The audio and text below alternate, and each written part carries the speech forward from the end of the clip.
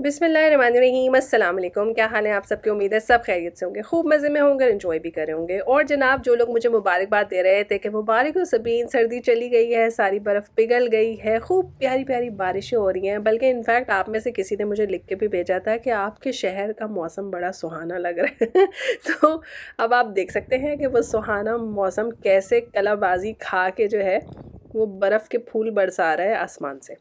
पता ही नहीं चलता कनाडा में, आप यकीन करें।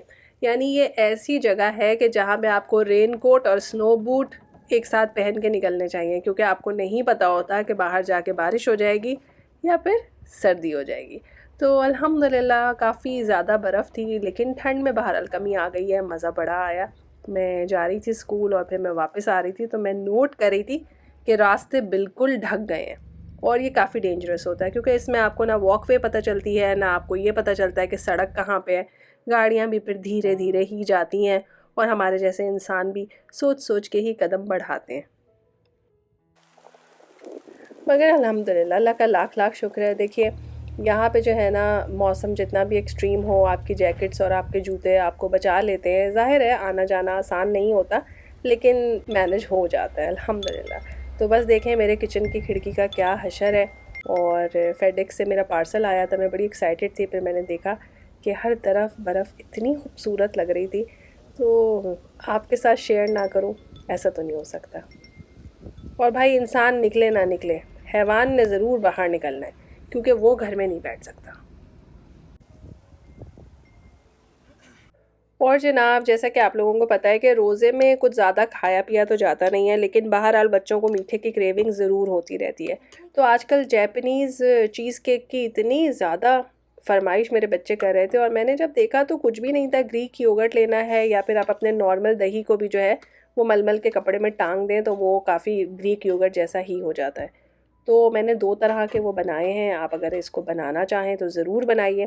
एक मैंने बनाया है अपनी हेल्थ कॉन्शियस ख़ातून के लिए, उसमें हमने डाला है प्रोटीन पाउडर का एक बड़ा स्कूप, और दूसरे वाले में हमने डाला है मेपल सिरप। आप चाहें तो इसमें शुगर भी डाल सकते हैं, मगर उन दोनों ने कहा कि हमें चीनी नहीं चाहिए। तो हमने कहा ठीक है भाई, बग़ैर चीनी का मीठा भी कोई मीठा होता है, भला ज़िंदगी ऐसे गुज़रती है। लेकिन देखें, तो ये है जिसमें 1 scoop vanilla flavour protein powder डला हुआ है और दूसरे में मेपल सिरप डला हुआ है। और उसके बाद हमने बिस्कॉफ कुकीज़ लिए, उसे कॉफ़ी में डिप किया और जल्दी जल्दी जल्दी दही के अंदर इनको दबा दिया। अब आप इसको ओवरनाइट रखें या कम अज़ कम 3 से 4 घंटे तो आप ज़रूर रखें।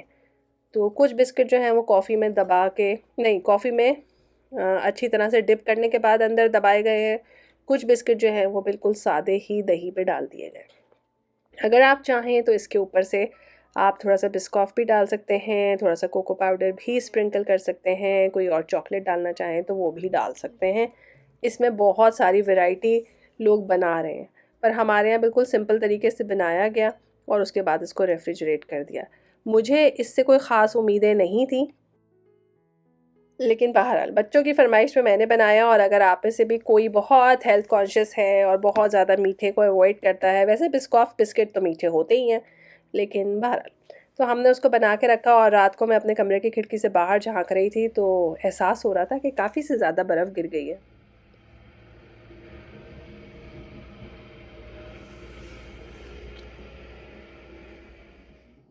और नाज़रीन और सामीन, अगर आप लोग देखें तो ये बिस्कॉफ़ वाला मीठा तैयार हो गया था और बच्चों ने बहुत शौक़ से खाया, उनको वाक़ई ही पसंद आया।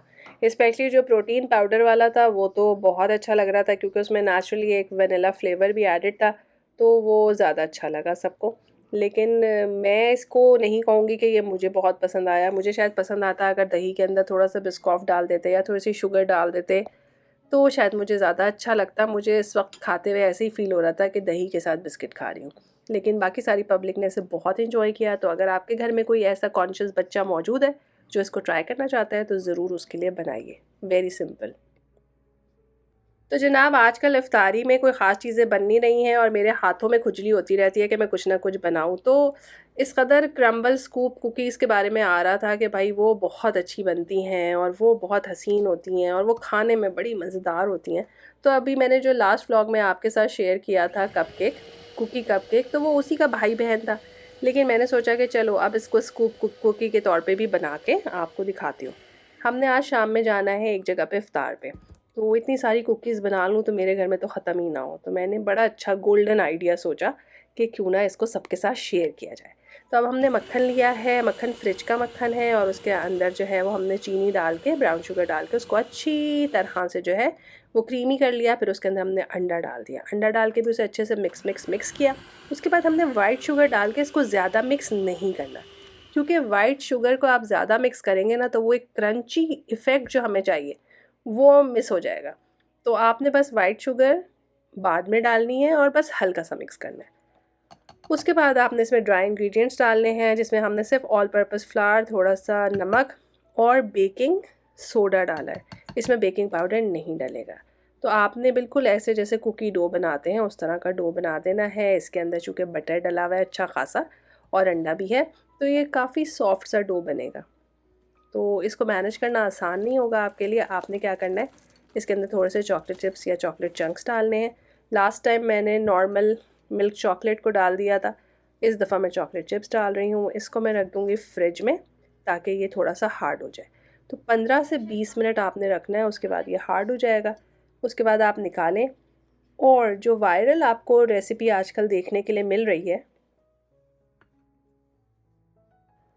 तो जनाब जैसे कि एक बेसिक कुकी डो होता है उस तरह का हमने कुकी डो बनाया है, उसको थोड़ी देर के लिए रेफ्रिजरेट किया है। अब अगर आपको बिल्कुल वायरल स्कूप कुकी चाहिए जिसके अंदर से गूई सी चॉकलेट निकलती है, तो वो चॉकलेट नहीं है, उन्होंने चॉकलेट स्प्रेड जिसको नेटेला कहते हैं उसके बॉल बना के फ्रीज़ किए होते हैं और वो बीच में स्टफ़ कर देते हैं। तो जब ये कुकी बेक होती है तो वो अंदर से गीला गीला रहता है।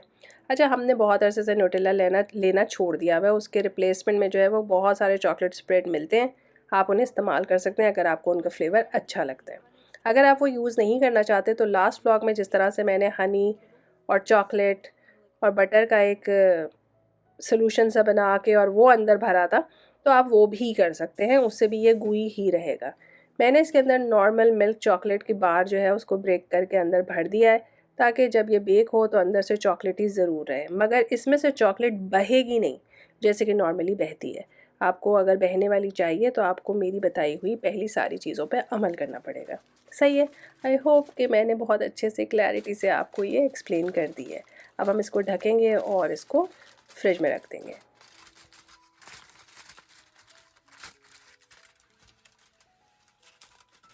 अगर आप ईद पे ये बनाना चाहते हैं तो आप इस तरह से इसे फ्रीज़ भी कर सकते हैं और ईद वाले दिन इसे बेक कर लीजिएगा। और जी यहाँ पे हम सब के सब तैयार हो गए हैं। हुसैन साहब के जो है वो हेयर कट का हमने अपॉइंटमेंट ले लिया है, तो बेचारे के अब आखिरी दिन है लंबे लंबे बालों के साथ, तो वो बड़ा इन्जॉय कर रहे हैं अपने बालों को। और ये इतनी खूबसूरत कश्मीरी कहानी की जरी वाली शॉल जो है वो हमारी फ्रेंड इंडिया से लेकर आई है, और मैंने स्पेशली इसके साथ मैच करने के लिए अपना सूट निकाला ताकि इस ग्रीन को कॉम्प्लीमेंट करे, क्योंकि एक ज़रा डिफरेंट सा ग्रीन कलर था। तो हमने वो पहना, क्योंकि सर्दी चली जाएगी तो फिर हम शॉलें कहाँ पहनेंगे। बस जी बहुत ठंड थी, और जब घर में होते हैं ना तो हीटर चल रहा होता है और आपको पता ही नहीं चलता कि बाहर कितनी सर्दी है। तो आप कहते हैं अरे अच्छा मौसम है, लेकिन जैसे ही बाहर निकलो तो पता लग जाता है कि बहुत बहुत ठंड है।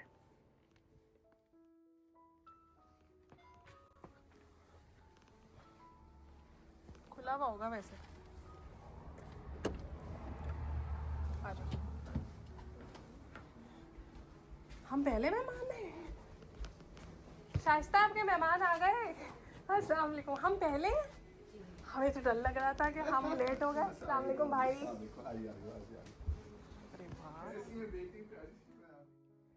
मुझे ऐसा लग रहा था कि हम देर से पहुँचे हैं, लेकिन अल्हम्दुलिल्लाह हम बिल्कुल टाइम पे थे। अभी इफ्तार होने में हार्डली 3-4 मिनट ही रह गए थे। मैं कोशिश करती हूँ 5-6 मिनट पहले पहुँच जाऊँ ताकि आराम से बैठ के थोड़ी दुआएं शुआएं मांग सकें, लेकिन अल्लाह का शुक्र रास्ते में सारे पढ़ते पढ़ाते हुए ही पहुँचे।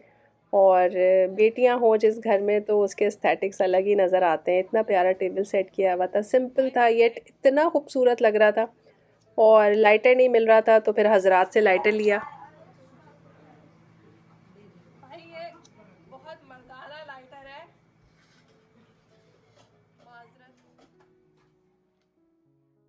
हमारे बचपन में अम्मी एक किस्सा सुनाती थी कि एक आदमी था, बहुत गरीब था, मतलब दिनों उसको खाना नहीं मिलता था। तो उसने जाके पैगंबर से पूछा कि भाई मेरे साथ ऐसा क्यों है, तो उन्होंने कहा कि भाई तुम्हारा रिस्क लिखा हुआ ही इस तरह से, तुम्हें ऐसे ही मिलेगा थोड़ा थोड़ा। उस आदमी ने जाके पैगंबर से कहा कि आप अल्लाह ताला से दुआ कीजिए कि जितना भी मेरी ज़िंदगी भर का रिस्क है वो मुझे आज ही दे दें, बस मैं एक दिन ही दिल भर के खाना चाहता हूँ। उन्होंने कहा सोच लो भाई ये कैसी दुआ है। उन्होंने कहा नहीं नहीं मुझे ऐसे ही चाहिए। तो बस ऐसे ही हुआ। उन्होंने दुआ की और अगले दिन उसे अपनी सारी ज़िंदगी का रिस्क मिल गया। खूब पेट भर के उसने खाना खाया, बड़ा इंजॉय किया। फिर उसने सोचा अब मैं बाकी सामान का क्या करूँ। तो ज़ाया तो क्या करना था, फ्रिज तो होते नहीं थे। उसने क्या किया, अपने अड़ोस पड़ोस, अहले मोहल्ला, जानने वाले आने वाले और मुसाफिर हर एक को पकड़ पकड़ के जो है वो खाना खिलाना स्टार्ट कर दिया। कुछ दिन बाद जब उन पैगंबर का उसके घर के करीब से गुजर हुआ तो वो सोच रहे थे कि अरे ये तो फाकों से बस क्या ही हाल होगा इसका।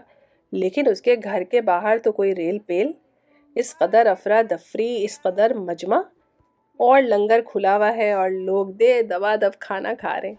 रीज़न सिर्फ ये था कि उसने अपने रिस्क में दूसरों को शामिल कर लिया और यही अक्लमंदी है। तो कुछ समझ आया? रिस्क की बरकत का सिर्फ यही वजीफ़ा है कि खुले दिल से दूसरों को भी उसमें शामिल करना शुरू कर दीजिए।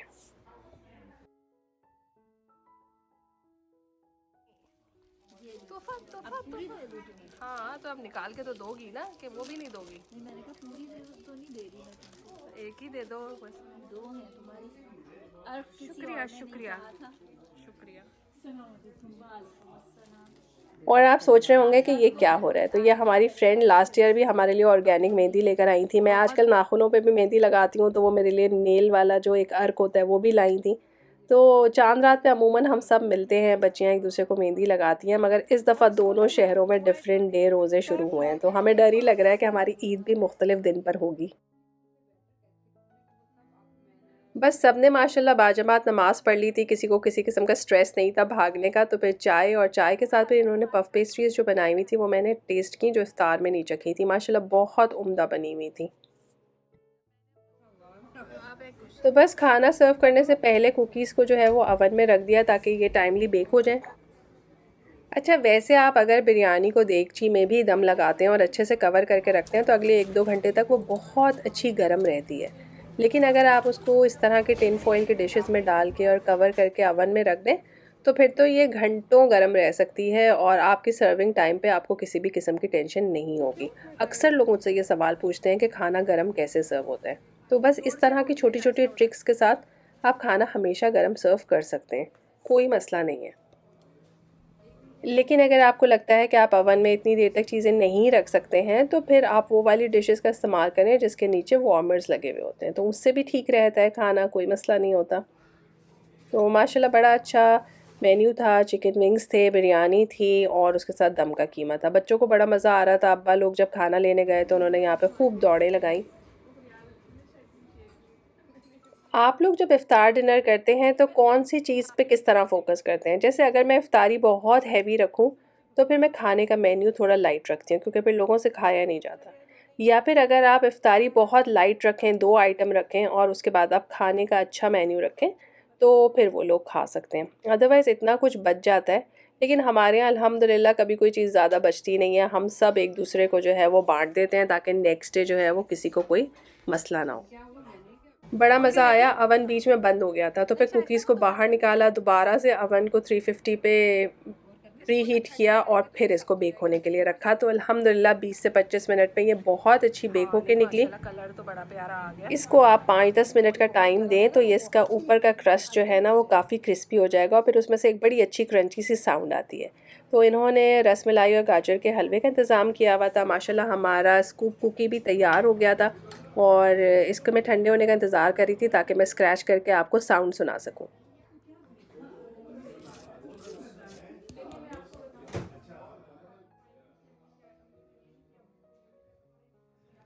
माशाल्लाह सब लोग इतने मज़े मज़े की बातें करने में लगे हुए थे। जब कुकी थोड़ी सी ठंडी हो गई तो मैंने इसके ऊपर ये मेल्टेड न्यूटेला डाल दिया। अगर आप चाहें तो चॉकलेट भी मेल्ट करके डाल सकते हैं। मैं घर से ही इसको सैंडविच बैग में डाल के लेकर गई थी और वहाँ पे माइक्रोवेव 30 सेकंड किया तो बहुत अच्छा मेल्ट हो गया था। तो इससे जो है वो लुक भी अच्छी हो जाएगी। अच्छा बहुत सारे लोग जो हैं वार्म कुकी को ठंडी ठंडी आइसक्रीम के साथ सर्व करते हैं, पर वो हमने नहीं किया।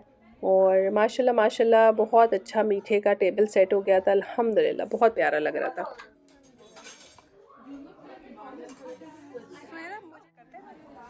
Oh my god! Oh my god, the cookies do it! That looks delicious.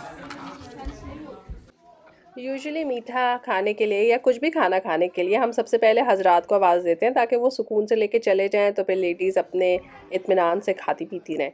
लेकिन इस दफ़ा हमने बच्चियों को पहले आवाज़ दी क्योंकि कुकी क्रम्बल जो है वो बच्चों के ही खाने का मीठा है और उन्हें बड़ा मज़ा आ रहा था और उन्होंने बड़ा अप्रिशिएट किया। और अगर आप इसको खूब सारी गुई सी अंदर से चॉकलेट से खाना चाहते हैं तो फिर आप चॉकलेट और बटर और हनी का कॉम्बिनेशन अंदर डाल सकते हैं कुकी के, या फिर आप इसमें खूब सारा न्यूटेला जो है वो फ्रीज़ करके डाल सकते हैं। अब आपकी चॉइस है, लेकिन इस तरह से माशाल्लाह माशाल्लाह सबको बहुत पसंद आया। बना रहा था। अच्छा, सबसे मज़े की बात यह है कि मैंने नहीं खाया। मैंने आप लोगों से कहा है ना, मैं कोई केक कुकी नहीं खाती जो मैं ख़ुद बनाती हूँ। मुझे देसी मीठे ही पसंद हैं। जब हलवा और रसमलाई हो तो कौन खाएगा कुकी? क्या ख्याल है आपका? तो माशाल्लाह बड़े ही एहतमाम के साथ की गई ये इफ्तारी अपने अख्ताम को पहुंची। बड़ा मज़ा आया, बहुत अच्छे से मिल के बैठे, बातचीत की। और बाहर बहुत ठंड थी, लेकिन चलें इसी बहाने अपने कपड़े पहनने का मौका मिल गया। इससे बढ़ के और कोई बात नहीं। अपनी गाड़ी में हुसैन को नहीं ले जाऊंगा आपकी गाड़ी में। अरे आजा, इतना प्यारा चश्मा लगाया भाई। अल्लाह हाफ़िज़। और जी ये है नेक्स्ट मॉर्निंग, और ये मैं स्पेशली क्लिप डाल रही हूँ अपनी फ्रेंड के लिए। अगर आप यहाँ पे देखें तो तंदूरी मसाला है, नमक, लाल मिर्च, हल्दी, गरम मसाला, धनिया पाउडर, थोड़ा सा ज़ीरा powder, chaat masala, ginger garlic paste और दही। इन सब चीज़ों को आपने मिक्स करना है। साथ में आप इसमें काली मिर्चें डाल दीजिए और लेमन जूस डाल दें, अच्छा खासा 1/4 कप। इसका बहुत अच्छा सा थिक सा पेस्ट तैयार हो जाएगा और उसके अंदर आप अपने चिकन टिक्का को मैरिनेट कर सकते हैं। और इस मैरिनेशन के बाद कम से कम 2 घंटे इसको मैरिनेट होने दें और उसके बाद इसके अंदर आप ऑयल भी डाल दीजिए, ठीक है। उससे ये होगा कि जिस वक्त आपने इसको बेक करना है या ग्रिल करना है, उस सिचुएशन में आपको इसको ऑयलिंग करने की ज़रूरत नहीं पड़ेगी। तो आप देख लीजिए कितना थिक बैटर तैयार हो गया। मेरा दही जो है ना वो फ्रोज़न था, तो पहले मिक्स नहीं हो रहा था, लेकिन जैसे ही वो डिफ्रॉस्ट हुआ तो कितनी अच्छी देखें कंसिस्टेंसी का आपका मैरिनेट तैयार है। अब आपने इसके अंदर चिकन डालना है। चिकन को कट्स लगा दें, बड़े पीसेस भी डाल सकते हैं, छोटे पीसेस भी डाल सकते हैं। और इसको अच्छी तरह से मैरिनेट करने के बाद 1-2 घंटे बाहर रखिए। फिर इसमें तेल डाल के से अच्छे से मिक्स कीजिए। फिर आप इसको ज़िप-लॉक बैग में डाल के बहुत आराम से फ्रीज़ कर सकते हैं। आप अपनी ईद की तैयारी करें या फिर आप अपने घर की इफ्तारी की तैयारी करें, या जैसे भी आपने बारबेक्यू के लिए करना है तब भी, तो या पहले से बना के रख सकते हैं। मेरे घर में ट्यूसडे को एक इफ्तार पार्टी थी, तो उसके लिए मैंने सोचा कि मैंने बना के तैयार करके रखती हूँ। साथ में मैं बिरयानी मसाला बनाने के लिए गोश्त को जो है वो पानी खुश करने के लिए मैंने रखा। साथ में मैंने आज के इफ्तार के लिए दाल बॉईल होने रखी। लेकिन हमारी जो फ्रेंड है उनका फ़ोन आ गया कि यार हम ना ट्यूसडे को नहीं मैनेज कर सकेंगे क्योंकि जॉब है और उसके बाद बड़ी मुश्किल होगी। तो बस जी हमने इतनी तैयारी कर ली थी, तो हमारी दावत ही पोस्टपोन हो गई है। तो अब हमारी ट्यूसडे को तो कोई दावत नहीं है। लेट्स सी कि अब नेक्स्ट दावत या नेक्स्ट मुलाकात कब और कैसे हो सकती है। और जी आखिर में मैं आपको ये बात कहूँगी कि ये देखिए कि कितने प्यारे गोटे वाले दुपट्टे मेरी फ्रेंड ने मुझे भेजे हैं, और एक इतना प्यारा सूट आया है मेरे लिए। अच्छा सूट तो अच्छा है ही, लेकिन मुझे ये थैला इतना पसंद आया। पाकिस्तान वाले माशाल्लाह किस कदर इनोवेटिव है ना। तो उनके बेटे का निकाह हुआ था, तो उन्होंने मुझे सूट भेजा है। उन्होंने कहा अगर तुम्हारी अम्मी हयात होती तो ये उनका सूट था, लेकिन अब चूँकि फुप्पो नहीं है तो ये तुम्हारे लिए है।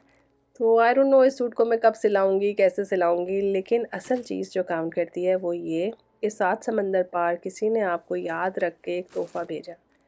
तो हमेशा हमेशा मैं एक बात करती हूँ, दूसरों के साथ शेयर करने से आपके रिस्क में बरकत ही होती है। मैंने कोई आदमी नहीं देखा कि वो दूसरों को अपनी खुशी में, अपने रिस्क में शामिल करे और उसके पास कमी आई हो या उसके पास तंगी आई हो। तो खुलूस दिल से, नेक नीयत से खूब बढ़ चढ़ के लोगों की खिदमत किया करें, लोगों को तोहफ़े दिया करें, लोगों से मिला जुला करें, अच्छे से उन्हें बुलाया करें, इज़्ज़त से उन्हें खिलाया करें। यकीन माने आपके दिल की जो मुरादें हैं वो सब की सब पूरी होंगी, खैर के साथ पूरी होंगी और इसी रमज़ान में पूरी होंगी इंशाअल्लाह ताला। फिर मिलेंगे नए व्लॉग में। चैनल को लाइक और सब्सक्राइब ज़रूर कीजिएगा। अल्लाह हाफ़िज़।